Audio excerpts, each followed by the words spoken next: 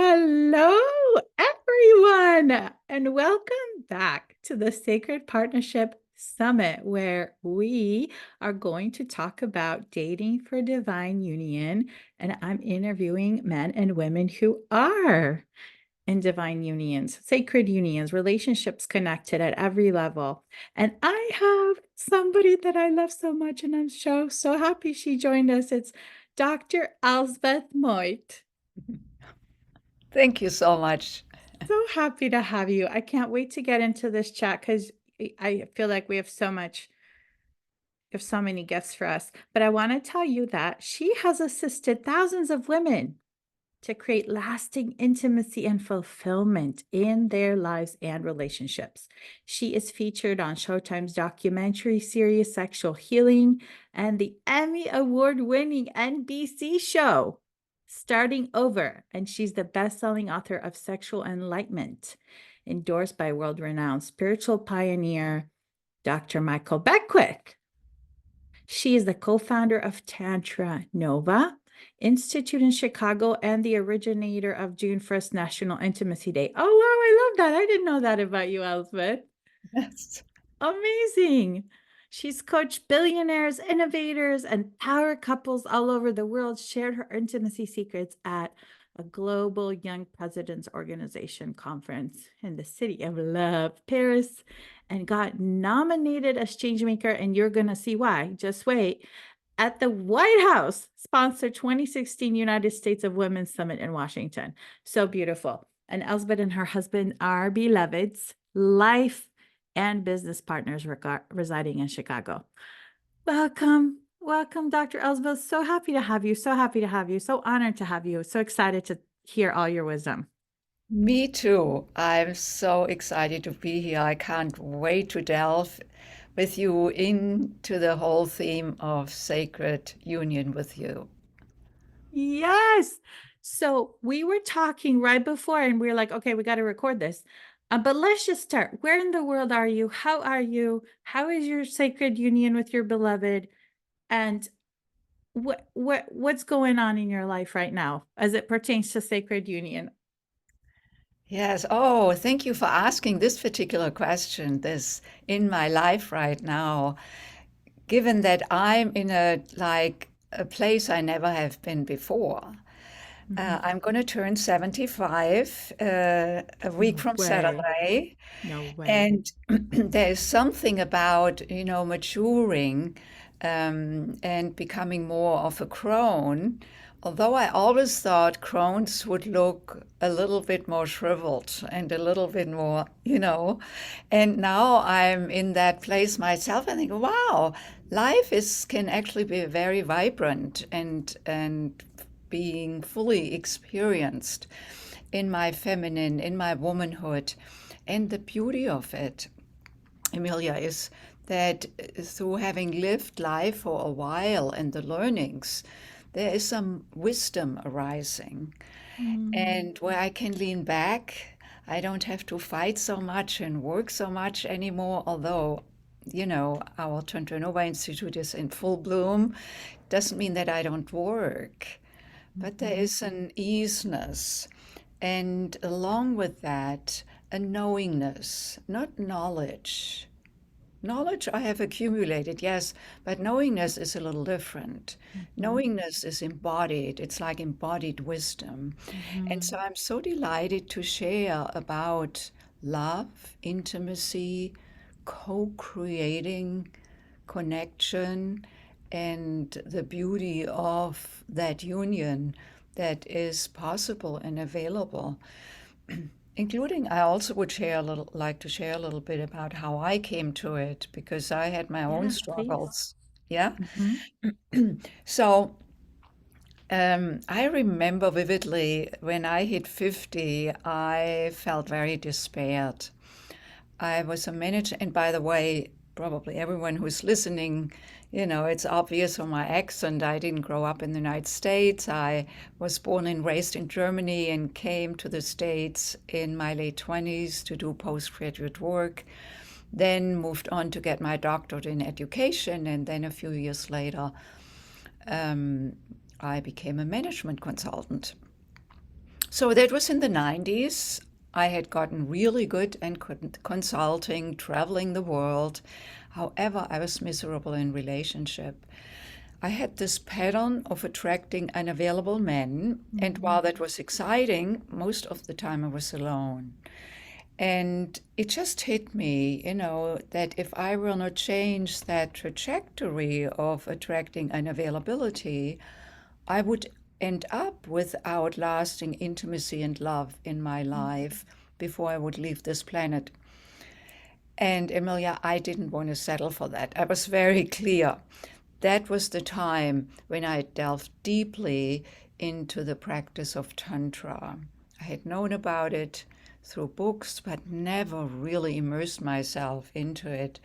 And what opened up for me out of the practice, out of the healing rituals, was that I had held distrust towards men. And I didn't know that.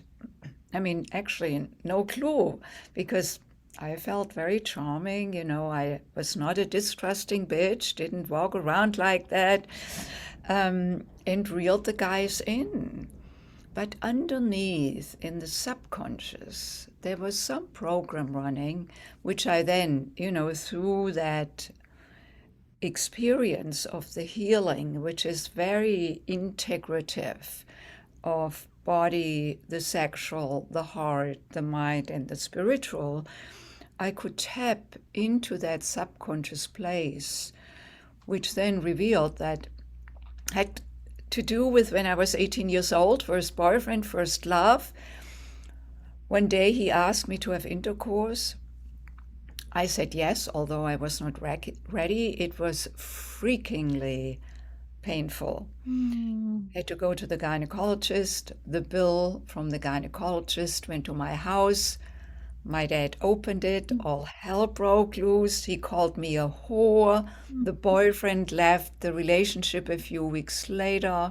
Oh. I was distraught. I was despaired. And in that despair and no one to turn to, I made the decision that men are not there for you when you really need them. And Mm. while that was so at that time, it trailed me into my young adulthood, into my adulthood. No wonder that I attracted unavailable men.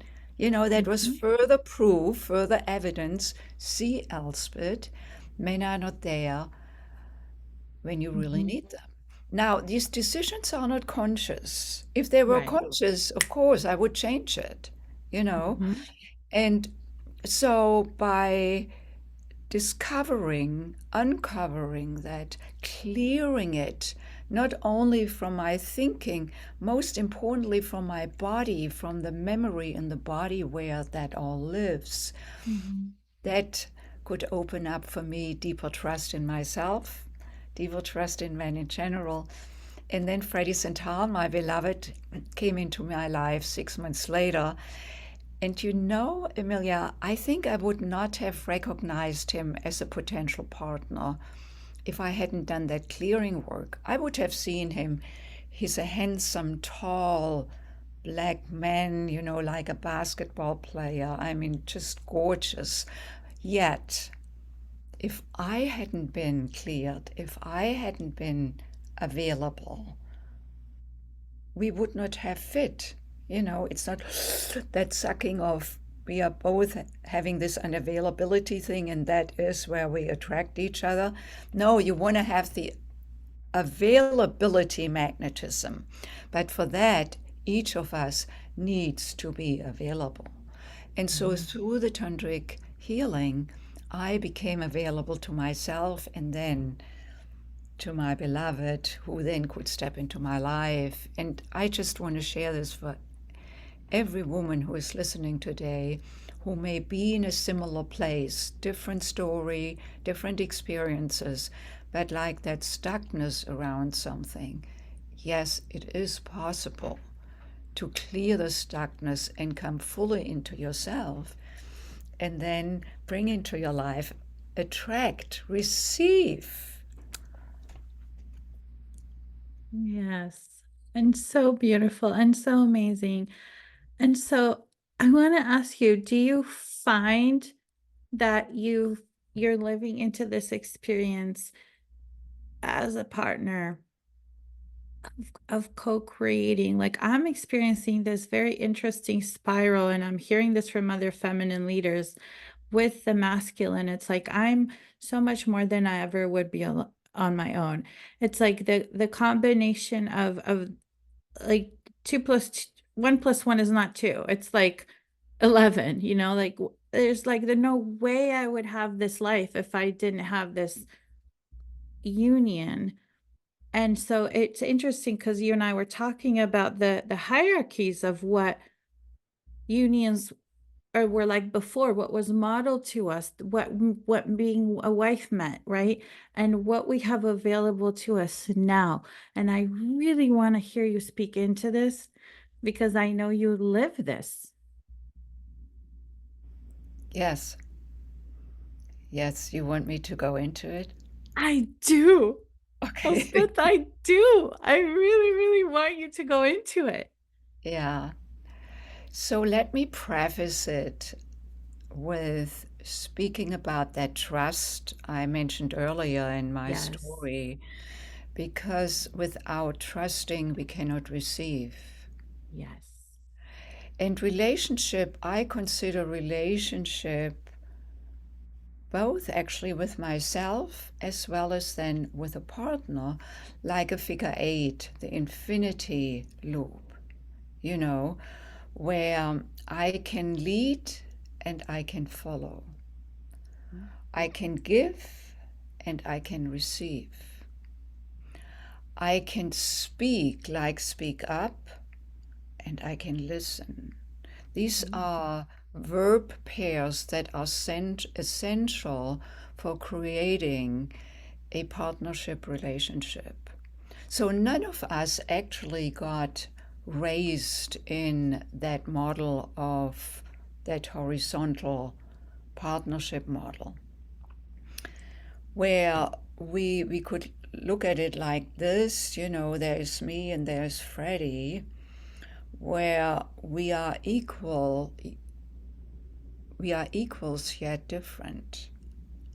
And we want to further embellish the differences because that adds to the co creation. If we were the same, you know, it would get boring, Yes. including the difference in that there are moments of great trigger, of Oh, yeah. challenge, because we get reminded of all the things, all the places that have not been healed or cleared or, just released from when we were infants, children, adolescents. So the counter to that is the vertical model, where one is up and one is down. This vertical model or hierarchical model is played out, for example, in patriarchy. This is how we grew up, this is how our parents grew up, this is how our foremothers and fathers grew up, the prevailing model. Now, if we were in matriarchy, it would be the same. They are both hierarchical models. So that's not the answer. Just I'll put women on You're top the of first person I just want to say you're the first person I've heard say that, and I think you're right. And thank you. Yes, they're both it. hierarchical because it's not a co-creation still. Right. It's not about if we just switch that with the feminine being dominant, then we have, as long as we are in a dominant subordinate relationship, there is Yes. nothing going to change. Now, I'm not saying that in this model, to shift the model to come to this, and I think we are perhaps here now. We are not here yet. Now, there are places in our own relationships as a culture, as a world culture, we are not here. But it has opened up. The Yes. possibility has opened up. And there is no modeling before us. So it's really an invention, a creation that we actually have the opportunity to move through and open into at this time in world history. So now I also want to be very clear that because often, we women, at least from where we're sitting now, think, why were they always in power? And not that this wasn't so, but the whole construct was a particular consciousness. Because Yes. for a long time, Emilia, I thought, how took it so long for us women to not move out of this? Why? And why did we let that happen?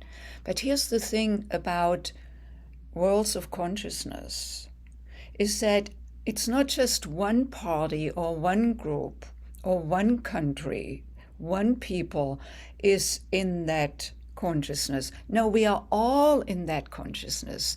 And consciousness can either close off or reveal.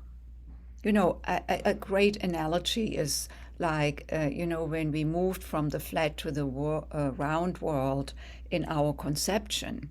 The world was always round, but the onlooker looked from that if I go to the end of the world, I fall off the cliff, and sailing around the world, moving around the world was not a concept, leave alone an action that I could take in the flat world.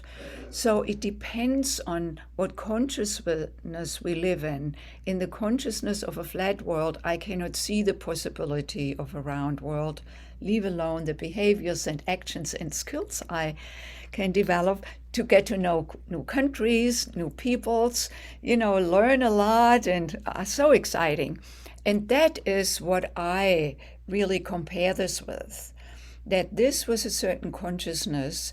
And if we put someone at fault there, it doesn't resolve anything. What happened, happened. What can be different is the now. And then to look at, oh, if we were to move into this relationship, then we want to learn both to lead, to follow, to listen, to speak up, to give and receive. And then the figure eight goes like this. At one moment, one leads, the other follows. And then the second one leads and the first follows. So it's like this. So it's essential that both men and women, or the ones who are more in their feminine, because there could be same-sex couples. Mhm. There's always a feminine or feminine, masculine, yin, Mhm. yang. If that is not there, there's no polarity, there's no magnetism. So it's not just gender-based, actually, you Nope. know. And so that both of us want to learn these skills of listening and speaking up, of receiving that requires trusting. When we do work with couples and we teach them tantric partner practices, body work practices where one gives, the other one receives, then often what comes back is like, oh, I'm very good at giving. I like that. Receiving, not so much. I'm not saying everyone, but some. And that's always a sign for me that, oh, okay, letting go may be a little bit more scary because then we are not in control. So we want to learn to be able to let go. If when I want to let go, I want to feel safe, safe within myself, safe with my partner. And all of that, brings up triggers, brings up moments when I may not have felt safe. Perhaps at a moment when a woman was sexually abused. She was a kid, helpless. Why would she feel safe? It's actually a protector not to feel safe. But then at a certain age, that may be really in the way then to open up her heart, to Yes. open up her body, or attracting, just like me, attracting men who have their own stuff going on, that they cannot be there a grounding, space holding human being, Mhm. grounded Mhm. in their manhood and open in their heart. So, anyway, I love wow, it. there's so much to share, Y- please. Yes. I love the grounded in their manhood and open in their heart. I want to say it again. Grounded in their manhood and open in their heart. That's just sacred right there. Grounded in their manhood, open in their heart. So beautiful. I want to ask, when we're talking about these and we're talking about the flow, right? That it's no longer a hierarchy now. We are shifting into this consciousness. And what I'm seeing, and I want to hear your thoughts on this, is the men are ready. The men are ready because it's actually women who have their hearts, understandably, but hurt, right? Women are having to open their hearts and really receive, because I see like all these amazing men. And actually, the work I'm doing is with women, like women opening their heart, women healing, women receiving. And so I want to ask you, do you think as we're working towards that equality, but not sameness, this does not mean androgyny though, right? This doesn't mean that 50-50. That's I'm a good, leading and 50-50 I'm following. This is not what this means, yeah, right? it also depends on the domain. So relationship has different domains where we navigate together, where we create, how we create together. We identify 12 domains, anywhere from sex, love, romance. They are three different domains.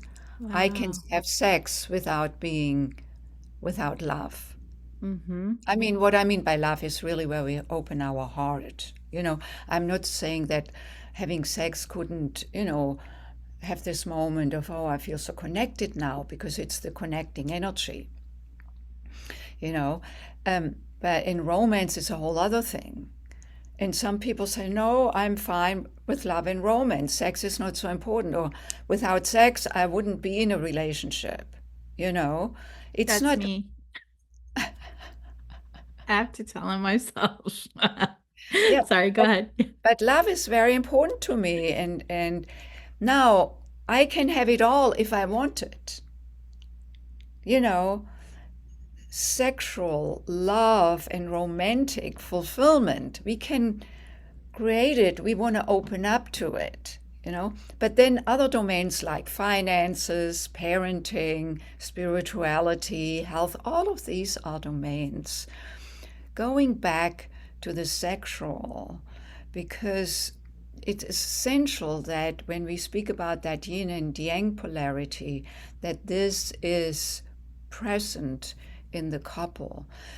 Also, I think with that shift over the last 50 to 70 years, actually no, this is perhaps the last 20 or 30 years, but that got introduced through the women's movement, you know, and the awareness there, and then also being able as women to participate in the marketplace fully, which requires having the skill of competing. And that's a masculine, or let's call it a yang skill. Without it, I cannot participate in the marketplace. And so we have developed that yang side of ourselves further, that masculine side, which is great. We do not want to throw this out with the bathwater. However, many of us forgot the other side of the polarity, because the other side, the feminine, the yin side, is the side where we open up. It's more vulnerable, tender. And if there's any wounding, anything that may keep us from doing so, from allowing ourselves that, then we cannot be in our feminine. And it is not to, like, the feminine also often traditionally is considered weak. I call it, actually, it has strength. Masculine power and feminine strength. So again, it's not like the opportunity I think for us women now is to really frequent in the masculine and the feminine within. If I'm not in balance within, it's very difficult to balance with Freddie. If I'm so lopsided on the masculine side, I cannot open up. I cannot receive. Actually, what I'm talking about is not just in relationship, it's also in life. If I don't trust that life is for me, even in the face of adversity, which is not an easy thing to be in that space of, oh, what could that mean? What is there for me to see? Instead of, oh, this is always happening to me and nobody loves me, or, nothing cares for me, or so forth. So it's a much bigger capacity, or better said, beingness to cultivate and to move in. So, because when I can receive, receiving and trusting can only happen when we are willing to open the heart and willing to feel vulnerable. Again, that's not weak, No, it's opening, strong. opening. Yeah. Yeah. And so now, when Freddie does work with men, and he has a workshop only for men, which is called Men, Sex, and Power, he goes with guys to their emotional self. Because he always says men are allowed, societally speaking, to have expressed two emotions. One is fighting, the other one is fucking. Yeah.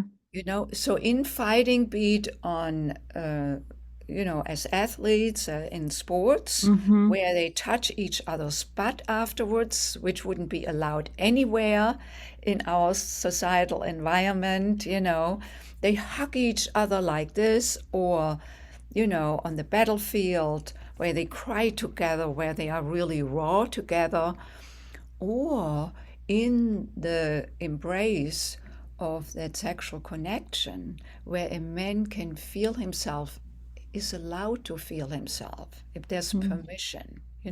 Boys get raised like when they come to their dad, many at least, crying, the dad says, come back when you can talk to me like a man. When the Mm-hmm. girl comes, little girls, perhaps he may put her on his knee and say, "Oh, sweetie, what's going on?" The differences even in the way we were raised. Now, also testosterone and the male mind, they are not very conducive to go to these, vulnerable feelings. I don't mean only that this only comes from how they are raised, but also from a certain biology. Yeah, it's biochemistry. Absolutely. Right. So there's nothing good or Mm-hmm. bad about it. However, it doesn't mean that a man couldn't feel deeply. No. Actually, they can feel very deeply. Also, back to hormones, that actually shifts when a man grows older. When a man grows older, his testosterone lessens, and then the ratio with estrogen is different. Not that estrogen goes up, but how they relate. And that is when a man comes more into his emotional self, is more willing to open up to that and express it. With women, it may be the opposite. Yeah. When after they have gone through menopause, estrogen drops, different relationship to testosterone in her body. And then many women after 50 or mid 50s, they come fully into themselves. They are in their power. They don't give a damn what everybody else is thinking. Sometimes new careers totally take off. So I think it's hormonally based to a great deal. Yeah, I agree. And still, we both, men and women, have testosterone and estrogen within us. So, what about if we become aware of this more and play with this? Because then, if I'm in the balance of the feminine and masculine, where I can have compassion for myself, yet be also rigorous with myself, you know. Don't buy my Ooh, don't buy my own bullshit. That I like that. but also have room for all of that what I have tried and worked on and worked for and given myself.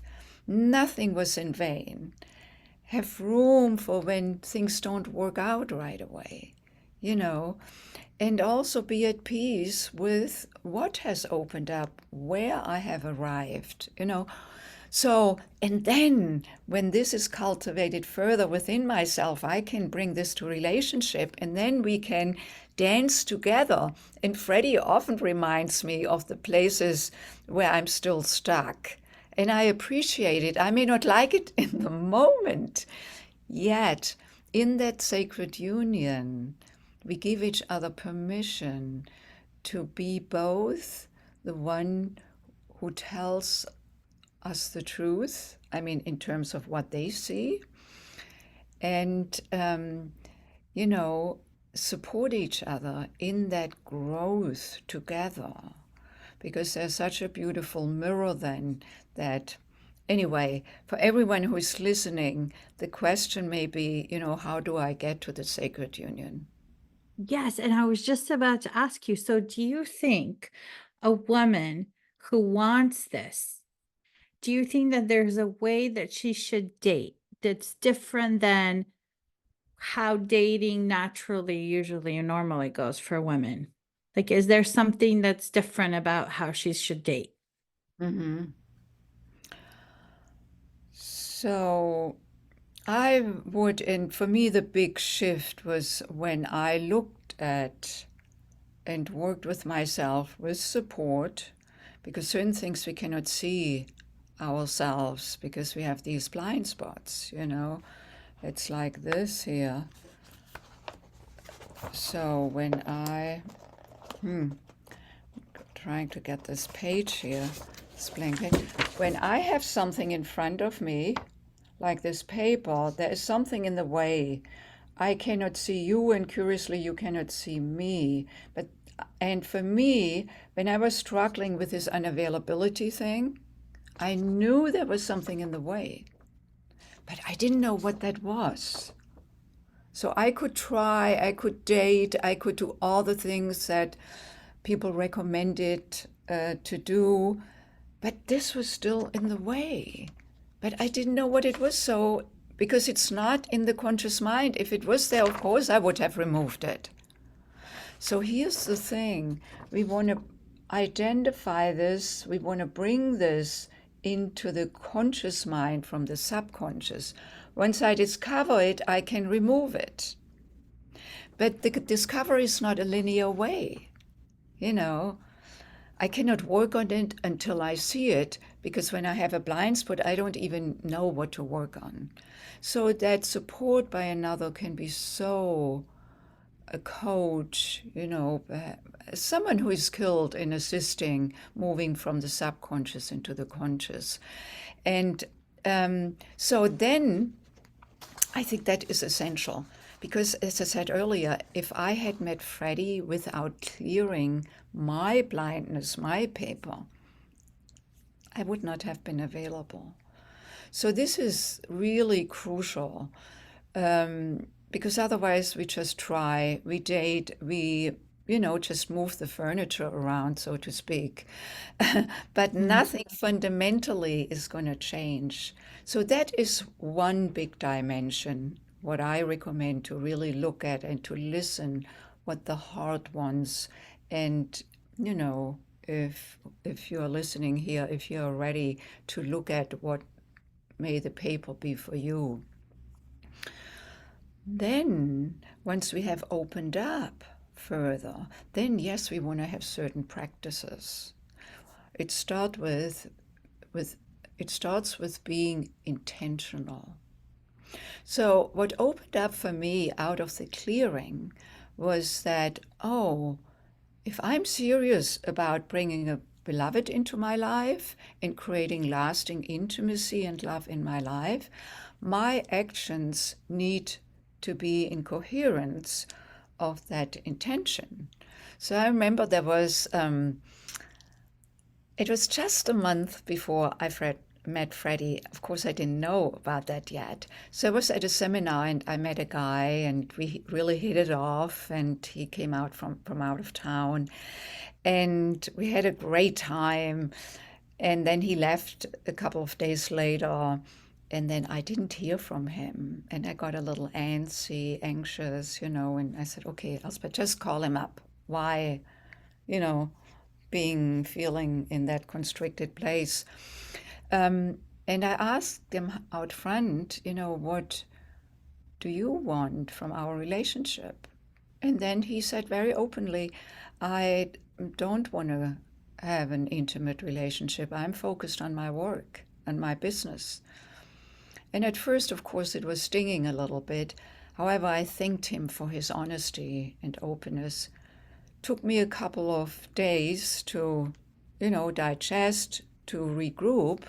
And I knew, wow, I'm really glad that within a very short time, it got clarified that he was not the one. And me not hanging out there hoping, or perhaps one day, or when, no, no. So I shifted. It happened really like in 4 or 5 days, the whole thing was completed. And then refocused. My intentionality is to bring love, lasting love, not just love and intimacy, lasting love into my life, into my being. And I am the portal to receive that. And a month later, I had my profile on a Tantra website, and Freddie was one of the gentlemen who responded, and so the How rest many is years history. ago was this? That was in 2001. Wow, Mhm. amazing. Yes, Amazing, amazing. So good. Yes, I love how you're bringing it full embodiment to the intentionality because, we can just say we'll be intentional, right? But it's like, what does that mean? That means what you just said, right? Like coming back to, I'm bringing a beloved into my life. Right? So it's like I know I've said, "What's your intention?" But that one right there, I love. Like it's so powerful. Like I feel it like activating my whole body. My intention is to bring a beloved. And so then it's like if we have this intentionality, of course we're gonna show up differently on yeah, the date. We're a different person. We're yeah, holding a different frequency. yeah. You know what I learned is that commitment is an action, plays out in action. I can say I'm committed to, unless the actions are the evidence. Yes. You know, in the same way, like with intention is the precursor of commitment. And that then you asked me earlier, how to date. Then I cultivate behaviors and practices that are in Yes. line with my intention. Intention. And then, like, the gift that everyone is going to get actually has practices in it to learn for oneself, with oneself, relationship with self, and in the creation of relationship with another, how to connect. Because often we think connection happens through talking. I have to present myself in a certain way, I have to express myself in a certain way. And yes, not to do that. However, that there are dimensions where we can connect with another and learn, because there are different dimensions of connection. And if I just connect from my mind, from the Mhm. conscious mind, and I'm not saying because the mind is really useful for discernment, but it's not the only place. So I want to be in coherence between my mind, my heart, and my body. Because when we Mhm. connect with another and start breathing in synchronicity, we tune our hearts, we tune our bodies. It's nothing sexual yet. We can do this as a, you know, beginning into the sexual if we choose to. But for Mm-hmm. dating, you know, really listening to your body. Mm, What are you I feeling love in it. your body sitting across from this man you just met? And not in a judgmental way, neither of yourself or him, in a listening way. Mm-hmm. So, So good. anyway, I could keep talking about this all day. Yes. Oh my goodness, this is so good. I feel like even if these things that we just you gave us go get applied, like it's like completely life changing, you know. But I want to let everybody know we'll have your gift below, right here, the link below. And do you want to tell us about that? You said it was an exercise. Yeah, actually, it's a video class. It's called Ignite Your Relationship, where Freddie and I teach the foundational practices and principles of what it means to co-create in that, from that whole being place where we Oh, meet the other amazing. being in the whole, and and I thought out of this conversation it would be great to get some tangible practices that each of you who is listening can take into your life right away.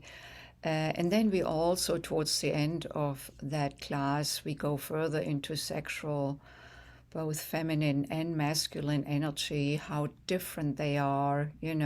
Testosterone energy rises quickly and drops quickly. Feminine sexual energy rises, or estrogen energy rises slowly, hangs out here. However, when it gets reawakened, it can come up to a plateau and stay there for a long time. So it's like this: says testosterone and estrogen energy are like this. He came and went while she's still hanging out there. How about this?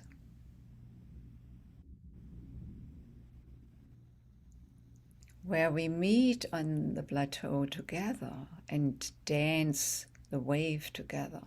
Now, certain things have to be cultivated. For the man, he needs to learn to channel his sexual energy, his testosterone energy that's so powerful, so precious, moving it up into his heart. Remember when we said earlier, grounded in his manhood, grounded instead of driven. Now, that doesn't mean to suppress that wonderful energy. No, he gets to channel it, which Yes. opens his heart. When his heart opens, he is present. He can stay present. And then she has all the time, all the room. There's no rush. She doesn't have to perform, you know. And that is when she can reawaken. So, the challenge and opportunity for the man is to learn to channel his wonderful, sexual, life giving testosterone energy into the heart. And for the woman, it is to open her heart so that her sexual center can open. And that is where she awakens and where she flows. And so, towards the end of that class, we speak more about that, and then you also will hear from Freddie, because yes, there are men out there who are eager to learn about that, who already practice it, who are yearning for being in this kind of a relationship. So, this is why each of us as a woman wants to open up herself so that Hmm. you can meet your equal. Beautiful. Thank you so, so much. I'm so happy you joined us.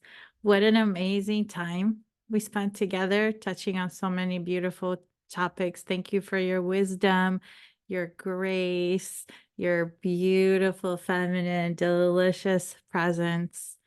And I just am so happy that you joined us, Oh, Elsbeth. Thank you. thank you so, so much, Emilia, for inviting me. And I feel you bring the best out in me. Oh, I'm so glad. I'm so glad.